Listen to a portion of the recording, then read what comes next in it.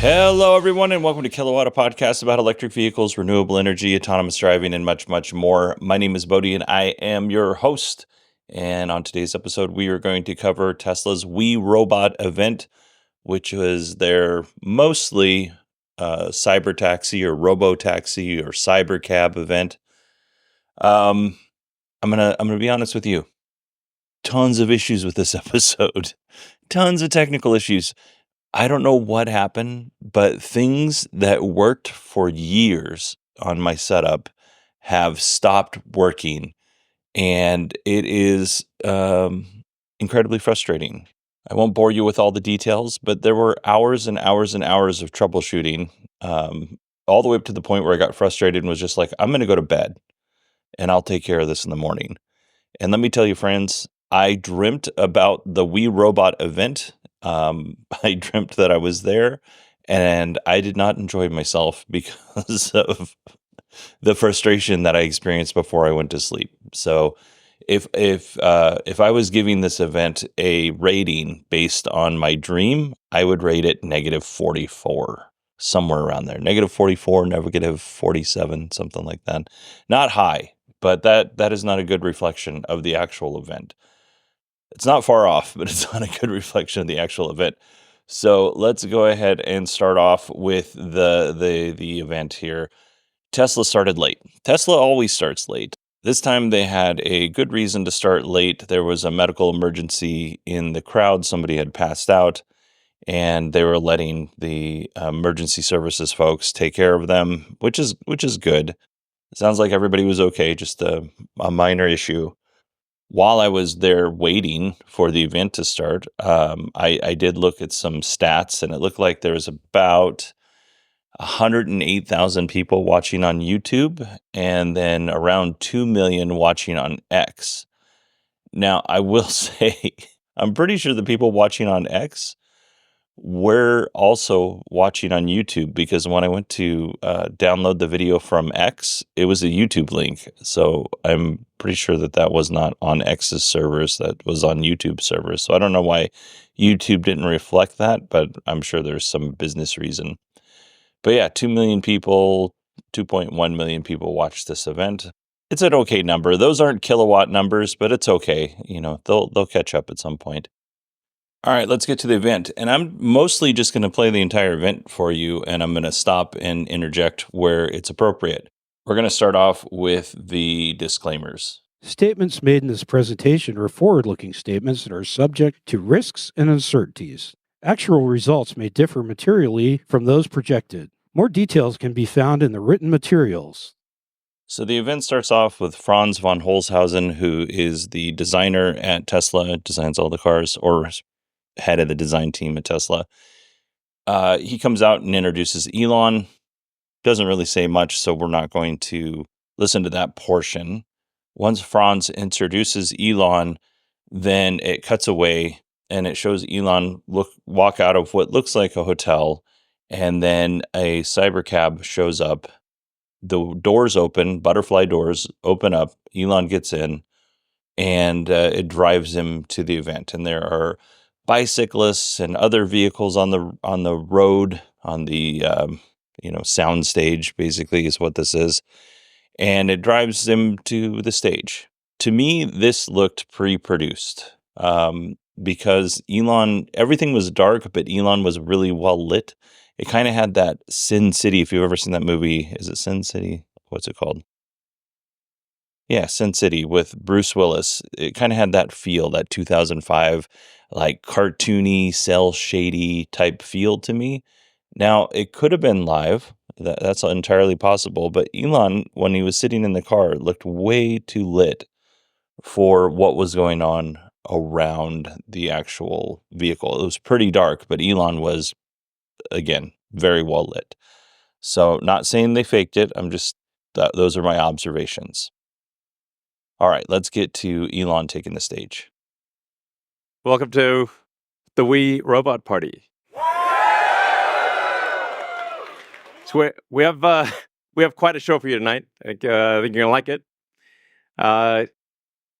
As you can see, I just arrived in the Robotaxi, the CyberCab, and There's 20 more where that came from.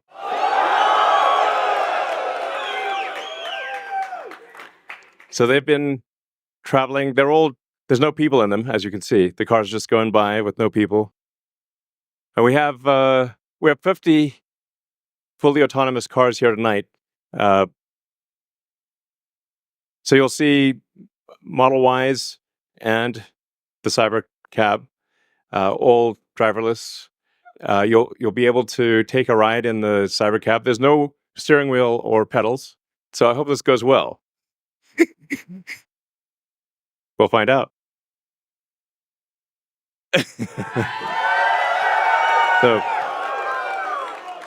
So you see a lot of sci-fi movies where the future is dark and dismal, where it's not a future you want to be in. So like I love Blade Runner, but I don't know if we want that future. I think we want that duster he's wearing, but not the bleak apocalypse. We want to have a fun, exciting future that if you could look in a crystal ball and see the future, you'd be like, yes, I wish I could be there now. That's what we want. So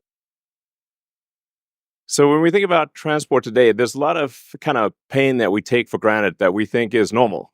Like having to drive around LA in like 3 hours of traffic.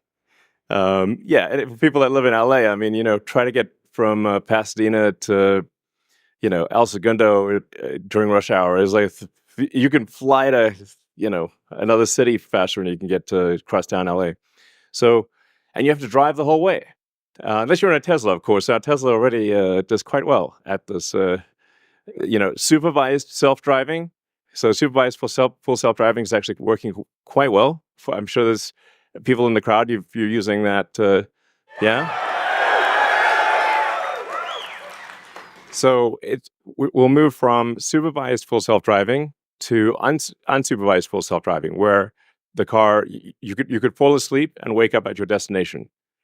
But there's also a challenge for a lot of people that cars cost too much. I mean, when you factor in everything that goes into a car and the car insurance and the car payments and the storage of the car, it's very expensive.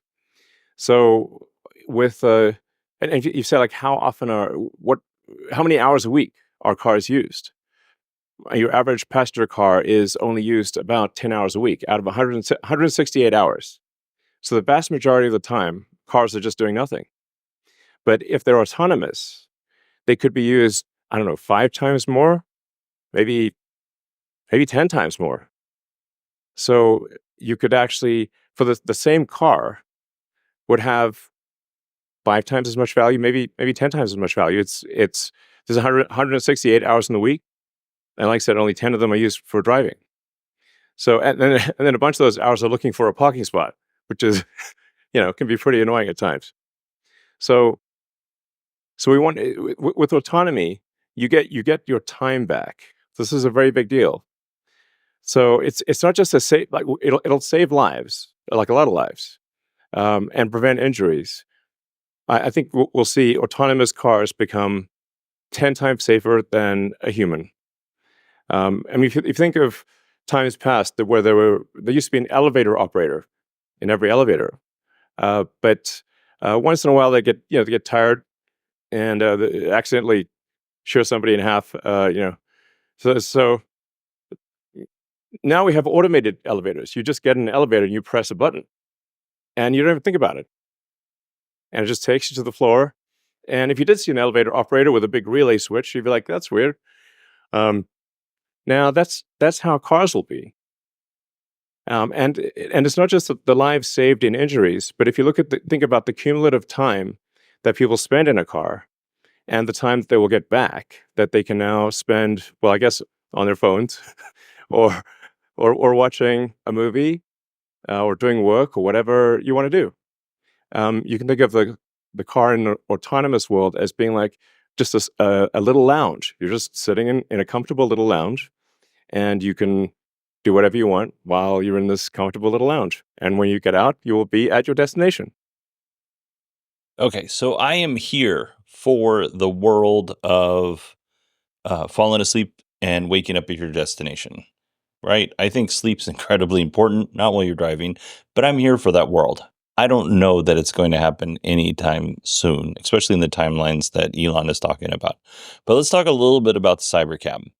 The CyberCab has no steering wheel, no pedals, like Elon said. It looks a little bit like a Model 3. It might be as big as a Model Y, but it looks about the size of a Model 3, maybe smaller, mashed together with a Cybertruck. It actually doesn't look bad. It's got Model 3 styling features in the front and kind of along the sides. And then it's got a Cybertruck feel to it with the back's kind of sloped back. There's no windows. I'm sure most of you have already seen a picture of this thing, but there's no rear window, I should say. There's the passenger window and the driver's side, what would be the driver's side window, and the windshield. But beyond that, there's nothing else in the car. It looks like it's only a two-seater. Like I said, it has butterfly doors, which open like gull wing doors. And then it's got these big covers on the wheels for aerodynamic purposes, but it looks, similar to a Captain America shield on the wheels without the actual emblem of Captain America on it. All right. And then Elon, once again, Elon said, he talked about, elevator operators. I would like to know, honestly, and I'm not going to look it up now because I'm already way behind on this podcast, but how many people have actually been hurt or injured because the elevator operator got sleepy and cut somebody in half or ripped their arm off? How many people? I would imagine it's probably not very many. Maybe a few minor injuries here and there, but I don't know that it was an epidemic of people just dying because the elevator operator was drunk and not paying attention. All right, let's go ahead and move on with the presentation. So, in fact, I think the cost of autonomous transport will be so low that you can think of it like individualized mass transit. The average cost of a bus per mile for a city, not the ticket price because that is subsidized, but the average price is about $1 a mile. Whereas the cost of CyberCab, we think probably over time, from the operating cost is probably going to be around 20 cents a mile. And price, including taxes and everything else, probably ends up being 30 or 40 cents a mile. So yes, and you will be able to buy one.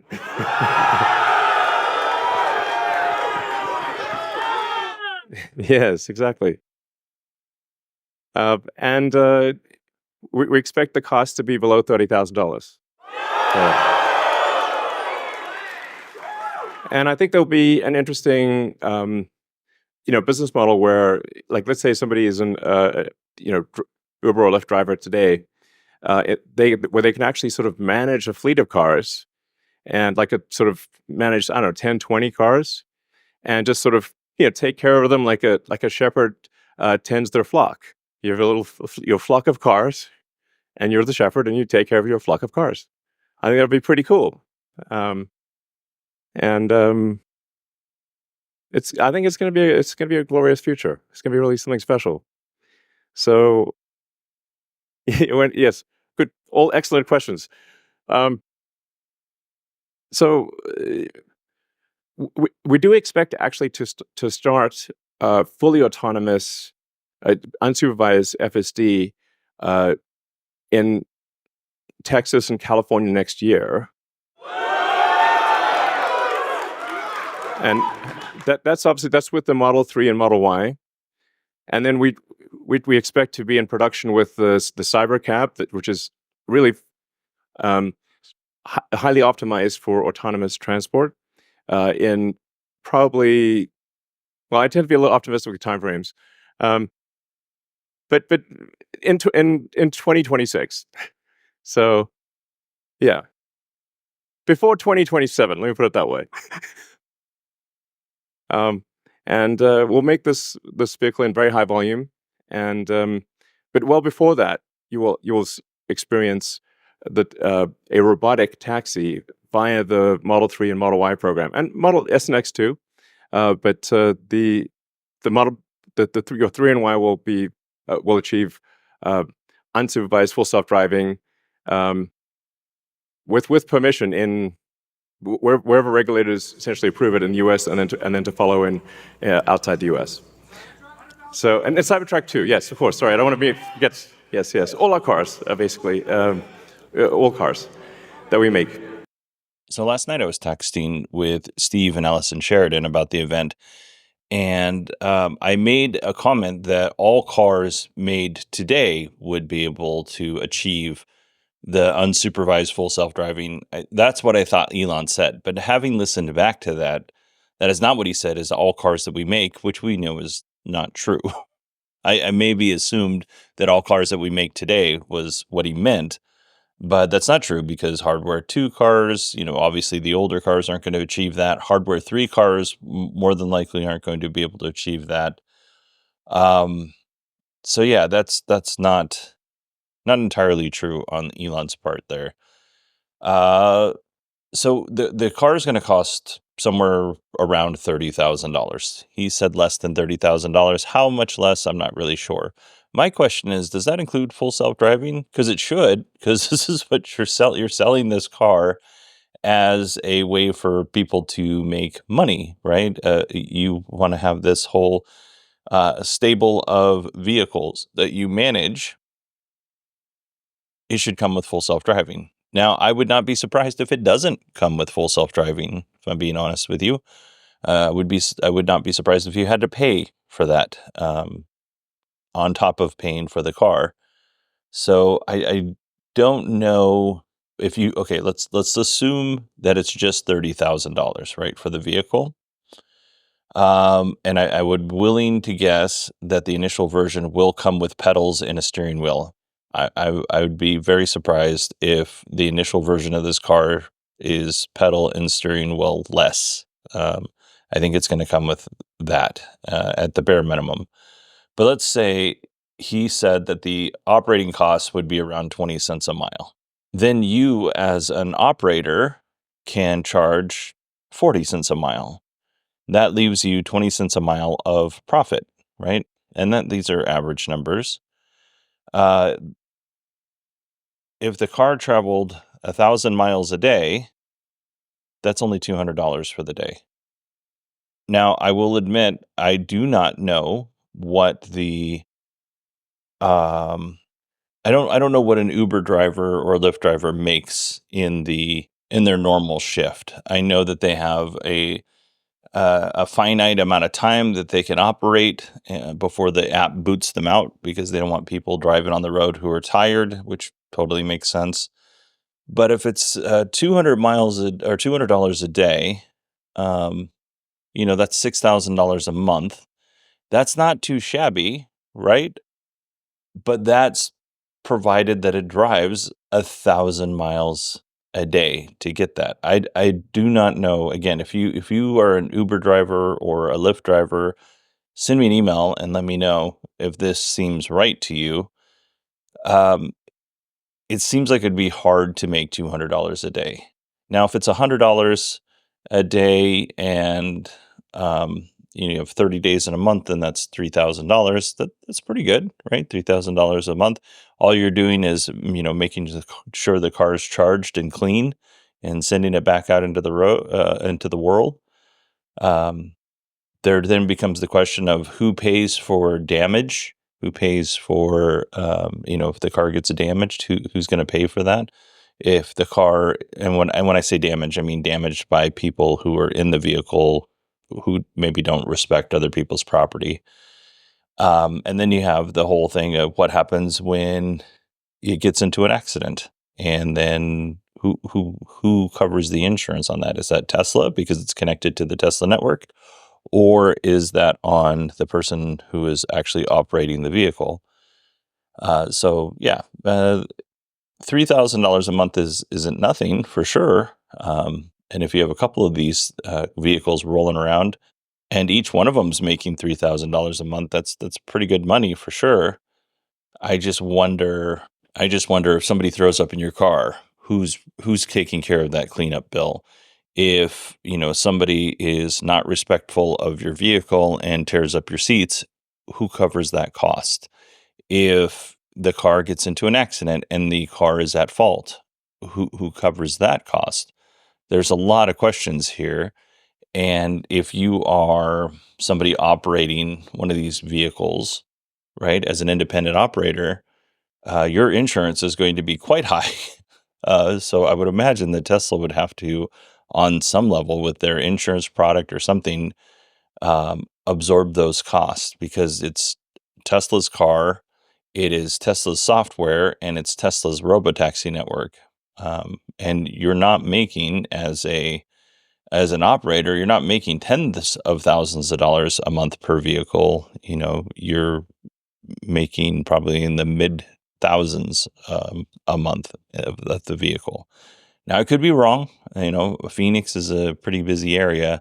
But when I first started this podcast, in order to buy equipment, I did a little bit of Lyft driving, and it was not super lucrative. Like, it was enough to buy the equipment for sure, but at least when I did it in 2016, it was pretty difficult to make a lot of money. And I live in Phoenix, one of the biggest cities in the United States. I can't imagine what it would look like if you live somewhere in a rural area and you're trying to squeeze out a living with one of these cars. So I'm sure there are people who are going to make way more than $3,000 per car, but I think that's going to be harder than what Elon is making it sound. That's all I'm going to say about that. Let's go ahead and move on.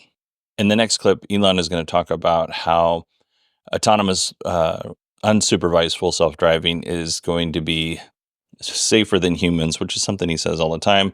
You're going to hear the crowd reacting, because on stage, the video that they're showing are video clips of people doing silly things. Like, in one instance, there's a car driving the wrong way on the road.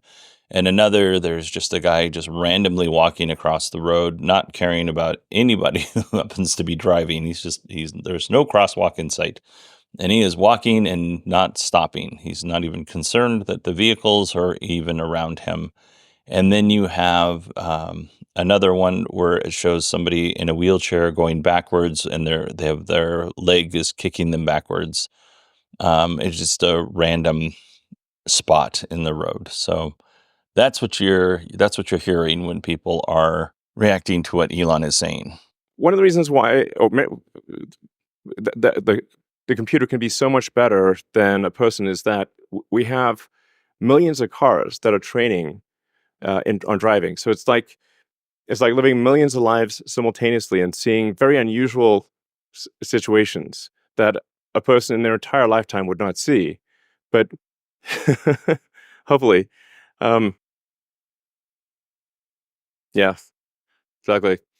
So so with that amount of training data, it's obviously going to be much better than what a human could be, because you can't live a million lives. And it's also, it can see in all directions simultaneously, and it doesn't get tired or text or any of those things. So it will naturally be, like I said, 10, 20, 30 times safer than a human, just for all those reasons. And I want to emphasize that the solution that we have is AI and vision. So there's no expensive equipment needed. So the Model 3 and Model Y and S and X that we make today will be capable of full autonomy unsupervised. Aha! He did say it. All right. I thought I was going crazy. Good. I was right. Let's move on. And that means that our cost of producing the vehicle is low. Now we are going to actually overspec the computer for the CyberCab. So our AI5 computer will be somewhat overspec'd. And because I think there's actually also an opportunity, sort of like in Amazon Web Services, where if the car is driving for 50 hours a week, there's still over 100 hours left.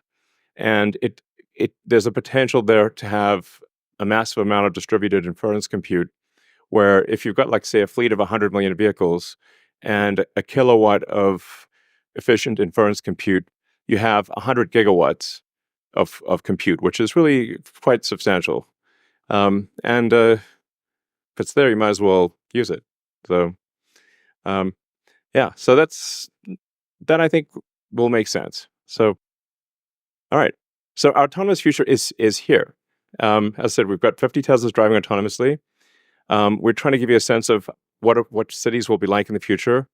And when you get in, you'll see like it's really quite a wild experience to just be in a car with no steering wheel, no pedals, no controls, and it feels great. So, and we have enough vehicles here, so everyone should be able to try it out and experience the set that we've built here. It's a very big set, so it's like really we've used I don't know 20, 30 acres or something like that. It's really big, so it goes on. The ride's long, and we set it up to feel like a ride, like a park ride. So it'll be cool, and you'll get to experience it tonight. So I want full self-driving vehicles. I want vehicles that will be safer than a human. However, just because you're taking in all this data does not mean that you're able to sort through that in a meaningful way and create a vehicle that's faster or safer than a human. Now, I do think that Tesla is on the right track to do that for sure. But, this is a drum that Elon's been beating for the last 8 years or so. So you'll have to excuse my skepticism. He said that they're going to, not him specifically, they're going to like overspec AI5, which is what used to be called hardware, their computer. They're going to overspec their computer for CyberCab, but AI4 equipped cars with hardware 4 or AI4 will be able to achieve a fully autonomous, full self-driving. And the CyberCab hardware or AI5 computers, when everything's at rest, right, and when the car is not doing anything, there'll be all of this compute power laying around, and Elon wants to use that in a Amazon Web Services type way. And I have a problem with this because if you buy a car and Tesla's using your internet, how are you going to pay me? How are you going to pay us? Because it's our vehicle that we bought. I don't think that Tesla's just going to do this kind of thing without compensating you or giving you a way to opt out or opt in. It should be opt in, not opt out.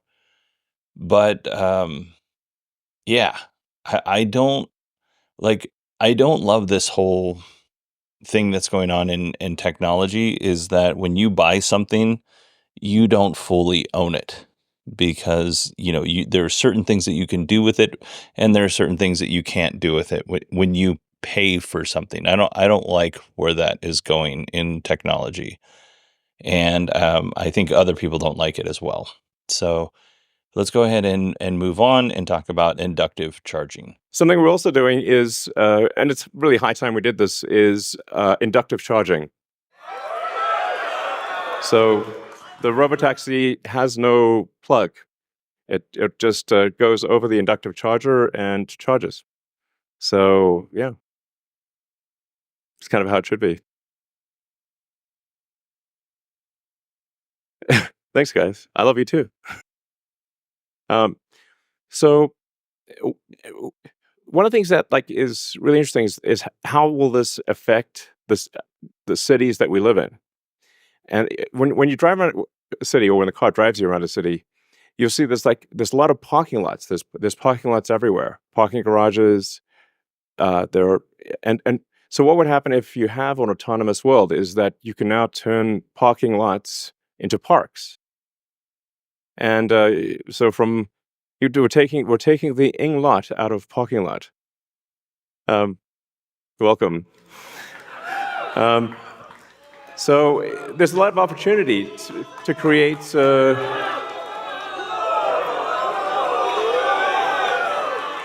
green space in the cities that we live in.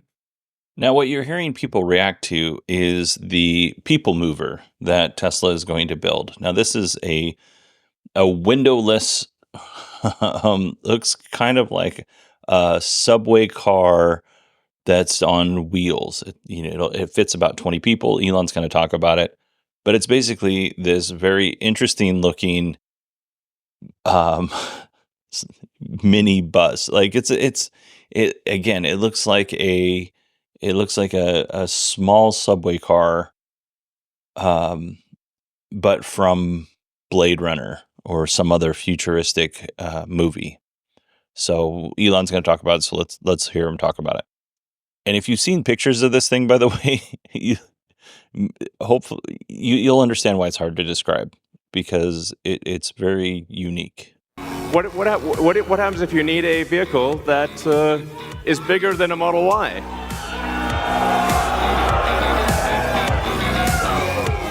The Roboven. The Roboven is we're going to make this, and it's going to look like that. Now, can you imagine going down the streets and you see this coming towards you? That'd be sick.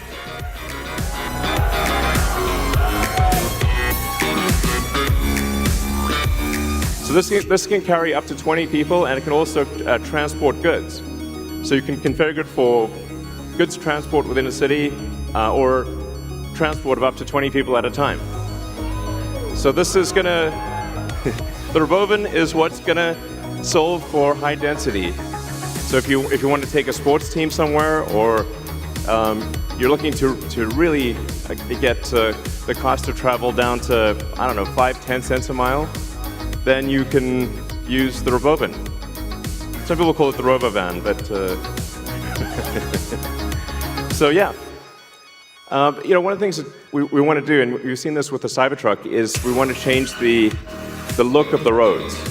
The future should look like the future. All right, I need to make a quick correction.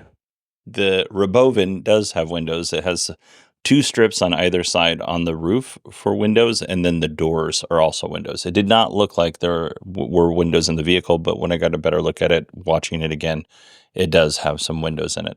But it's a cool concept. Not everybody wants what Elon's selling for the future.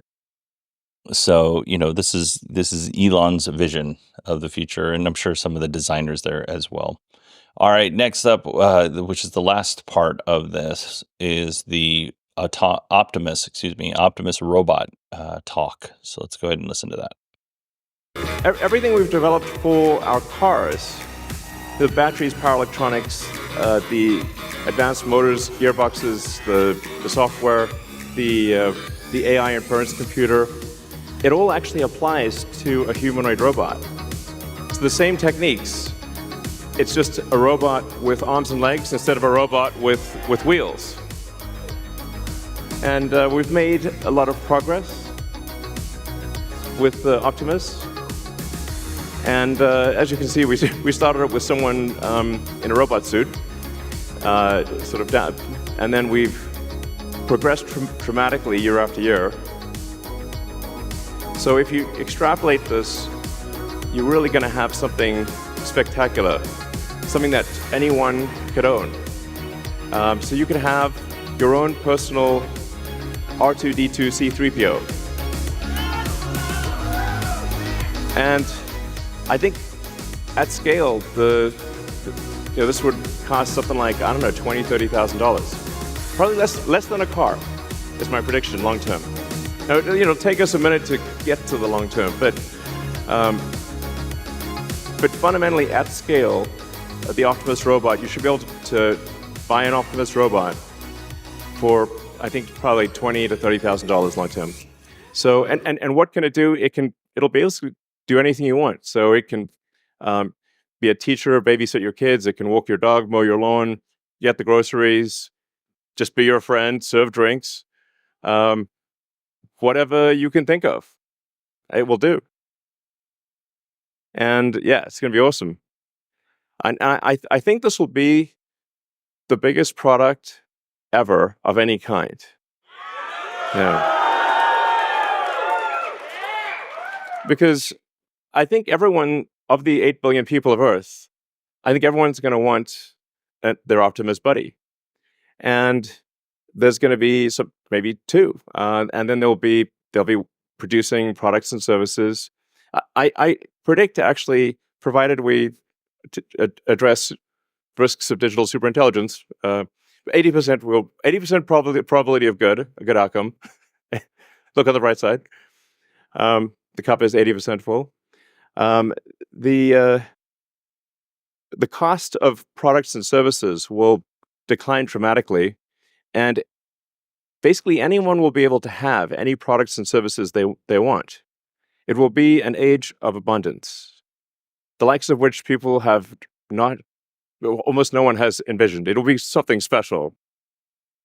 So, now one of the things we wanted to show tonight was that Optimus is not a canned video. It's not walled off. The Optimus robots will walk among you. Please be nice to the Optimus robots. So you'll be able to walk right up to them, and they'll serve drinks at the bar. And you'll directly... I mean, that's just, it's a wild experience just to have humanoid robots, and they're there. You're just in front of you. So, yeah, with that, let's party.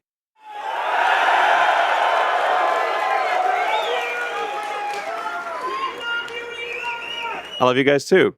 If you look at that gazebo over there, let's get the party started. Okay, so in the gazebo was a bunch of robots that were dancing to What Is Love by Hathaway. Baby, don't hurt me. Yeah, that song. And it looked weird. They just move in a way that isn't natural. But it's funny. I get it. I don't have a lot to say on Optimus because Elon didn't say anything new. As a matter of fact, Elon didn't say anything new really in this whole presentation. The inductive charger, we knew they were working on. The Roboven, whatever, robot van, Roboven is a, we didn't know what it was going to look like, but we knew it was coming. We didn't know what CyberCab was going to look like, but we knew it was coming. And none of this stuff was like, oh my gosh, like blown my mind. It was more of, hey, we're still working on this. Here's an update of where we're at. And we're not very far, it seems like. But I would have liked to have gone and been able to experience riding in one of those vehicles. I would have liked to take a Model 3 or a Model Y as well as a Model, or as well as the CyberCab. By the way, if you were curious as to why Elon said that they were going to be using Model 3s and Model Ys for the testing, that's because way back when they made a decision, and I don't know if they stuck to this or not, but they made a decision that when you lease a Model 3 or Model Y, once your lease is complete, you don't have or won't have the option to buy it out, because Tesla was going to collect those vehicles and use them for the robo-taxi service. So that sounds like they're still doing that. Elon mentioned that some of these robots are going to be bartenders. After the event, there was lots of video, around the event showing off the Optimus robots, and they were like taking selfies with people and stuff. And one was serving drinks, and I didn't see the Optimus robot actually serve a drink at any point in time. There was a bunch of, it looked like maybe it was beer in the tap. Could have been soda or tea, but it looks like maybe there was beer in the tap. I saw it pick up a cup a couple of times, but I did not see it actually fill a cup up. There was another one that they had these little bags of goodies, like candies and stuff like that. There was another one that was picking up the bags of goodies and then handing it to people, and it was doing that. But it was not like, I think somebody came up and asked for 2 drinks and put 2 fingers up in the air. And the robot, or the Optimus robot, gave it a peace sign. So we're not exactly where Elon is saying we are in terms of these things being able to do simple tasks. But it's cool. Like, I'm not poo-pooing what they're doing. I'm just putting maybe a little bit more realistic spin on what Elon is saying. Like, I do agree that someday these things will take place. I'm not even sure this is going to happen in my lifetime. So I would like, as I age, I'm almost 50, just a couple more weeks and I'll be 50. As I age, I'm like, man, I would really like somebody else to rake the leaves in my yard. I've got kids and they do it too. But there are certain things that you do as a dad around the house that are not as fun to do anymore. I would much rather have an autonomous robot that I could treat really well, because I don't want them to come after me in my sleep. But I'd much rather have an autonomous robot that I could send out and rake up the leaves, and I could do other things like play video games or something. But anyway, that is it for me today. I hope you all enjoyed this episode. Send me an email if you didn't, or if you did. It's Bodie, BODIE at 918digital.com. You can also find me on X at 918digital. And we're actually getting an episode out on Friday. Shocking. All right, everybody. Thanks so much for listening. I will talk to you on Tuesday.